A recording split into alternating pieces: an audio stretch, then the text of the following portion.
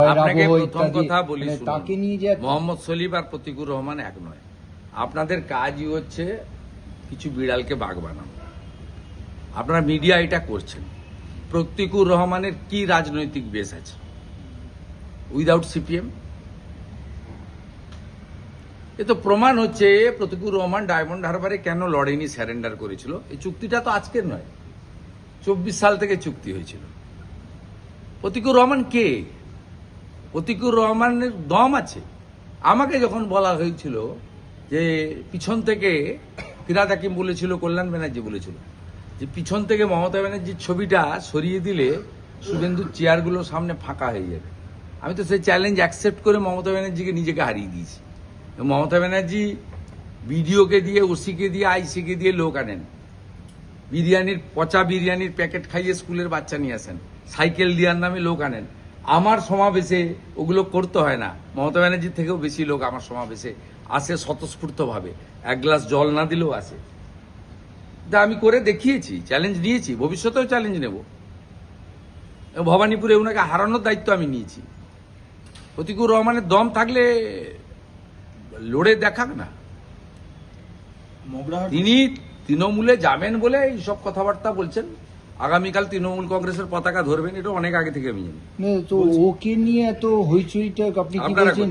মানে আপনারা করছেন। আচ্ছা, একটা বিষয় বলুন। আপনারা করছেন, আপনারা এরকম অনেককে করেন, তারপরে অনেকে হারিয়ে যায়। আমি সেই জন্য সযত্নে মেপে মিডিয়ার সঙ্গে মিট করি, সযত্নে মিডিয়ার সঙ্গে মেপে কথা বলি, এবং খুব ব্যতিক্রমীভাবে যেটা বিরোধী দলনেতার কর্তব্য, মিডিয়ার চতুর্থ স্তম্ভ, তার সঙ্গে যে ইন্টারাকশনটা করা দরকার, প্রেস মিট করা দরকার, সেটা মিনিংফুল হইতে করি। আমি বেশি ঢলাঢলি করি না, কারণ এটা আপনার তৈলাক্ত মাছ, কাকে তুলবেন কাকে ফেলবেন এই ফাঁদে যে পড়বে সে বুঝতে পারবে। এ বেটা ফাঁদে পড়েছে, এপ্রিল মাসের পরে এর কোনো নাম গন্ধ থাকবে না। বলছি একটা বিষয়, যে এসডিপিও মানে হাত ধরে মূলত প্রতিকূলের বাড়িঘর ভাঙা হয়েছিল 2024-এ, আজকের দিনে দাঁড়িয়ে সেই এসডিপিও কে, মানে আপনার এই এলাকার এখন এই মুহূর্তে এসপি নয়, এসপি ইনচার্জ, মানে তিনি খুব ওই জেলাতে এসপি থাকে, এসপি ইনচার্জ থাকে। মানে প্রতিকূলের এই ধরনের যে বক্তব্যটা হঠাৎ করে নিজের বাড়িঘর ভাঙা হয়েছে যার নেতৃত্বে দাঁড়িয়ে, তাকেই এত বাহবা। আমি এটা নিয়ে কথা খরচ করতে রাজি নই। সেলিম সাহেবের সঙ্গে প্রতিকুর রহমানকে ম্যাচ করবেন না, একদম ম্যাচ করবেন না। সেলিম সাহেব, সে তার রাজনৈতিক মতাদর্শের সঙ্গে আমি বিরোধ হতে পারি। সেলিম সাহেব বামপন্থী আন্দোলনের টলেস্ট লিডার, ন্যাশনাল ফিগার, বহুবার ভোটে জিতেছেন, লড়েছেন, দলের নির্দেশ মেনে দাঁড়িয়েছেন, হেরেছেন, আবার দাঁড়ালে আবার আমরা তাকে হারাবো, আমাদের সঙ্গে তার রাজনৈতিক লড়াই থাকবে। কিন্তু আপনারা, আমি out of my political affiliation, Selim সাহেব আর প্রতিকুর রহমানকে এক করবেন না। It's not good. একটু অ্যাসেসমেন্টটা ঠিক করুন, অ্যাসেসমেন্টটা ঠিকঠাক জায়গায় রাখুন। ভোটের মুখে দেখা যাচ্ছে বাংলাদেশিরা আবারও গ্রেপ্তার হয়েছে পশ্চিমবঙ্গে, এবং তারা বারবার করে বলছে যে রুটি রুজির জন্য আমাদের কাছে ভারতই ভরসা। কাঁটাতার পেরিয়ে তারা, অনেকে অনুপ্রবেশকারীরা তারা ভারতে প্রবেশ করেছে। নির্বাচনের একেবারে যেখানে শিয়রের নির্বাচন, সেখানে আবার অনুপ্রবেশকারী ভাবে ধরা পড়ছে।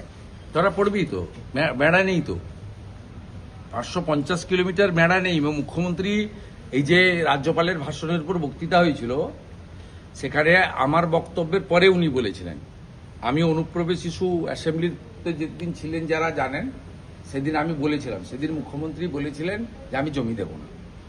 এটা ভারতবর্ষের প্রাজ্ঞ রাজনীতিবিদ অমিত শাহজি ব্যারাকপুরে বিজেপির কার্যকর্তা সম্মেলনে বলে গেছিলেন যে 31 মার্চের মধ্যে জমি দেওয়ার কথা থাকলেও জমি মুখ্যমন্ত্রী দেবে না।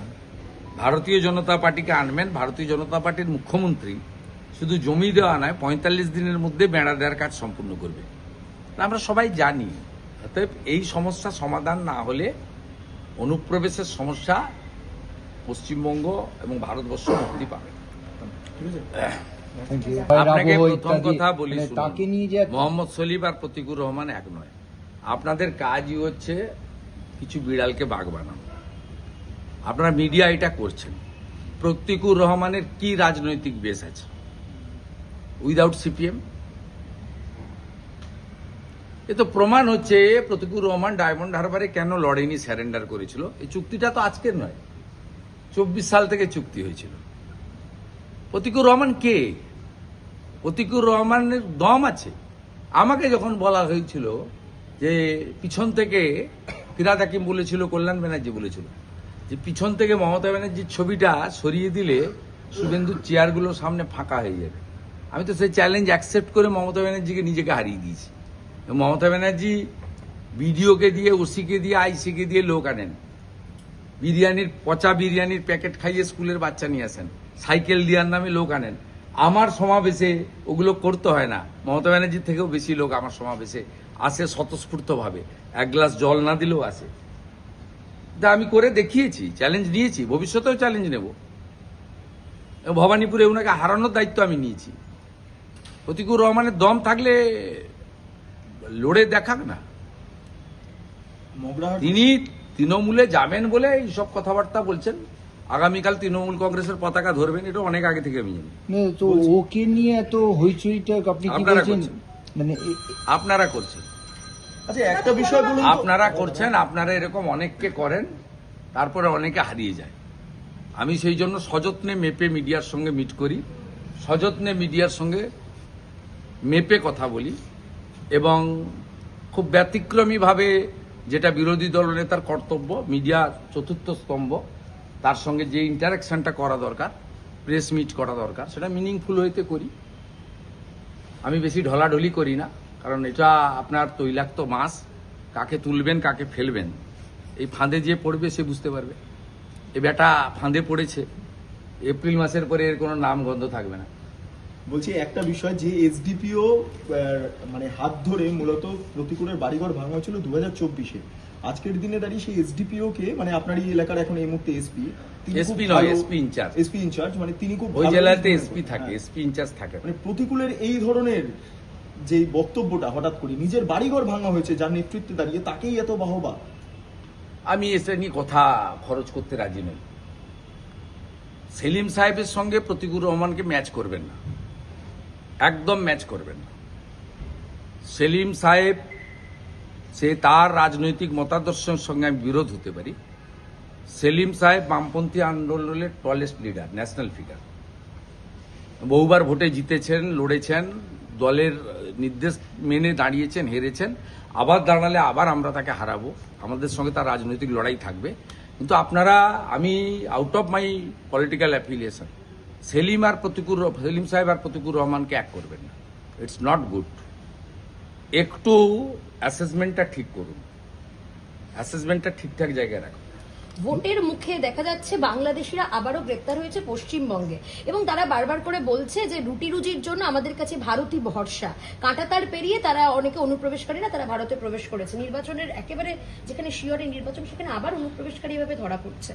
ধরা পড়বেই তো, মেড়া নেই তো, 550 কিলোমিটার মেড়া নেই। এবং মুখ্যমন্ত্রী, এই যে রাজ্যপালের ভাষণের উপর বক্তৃতা হয়েছিল, সেখানে আমার বক্তব্যের পরে উনি বলেছিলেন, আমি অনুপ্রবেশ ইস্যু অ্যাসেম্বলিতে যেদিন ছিলেন যারা জানেন, সেদিন আমি বলেছিলাম, সেদিন মুখ্যমন্ত্রী বলেছিলেন যে আমি জমি দেব না।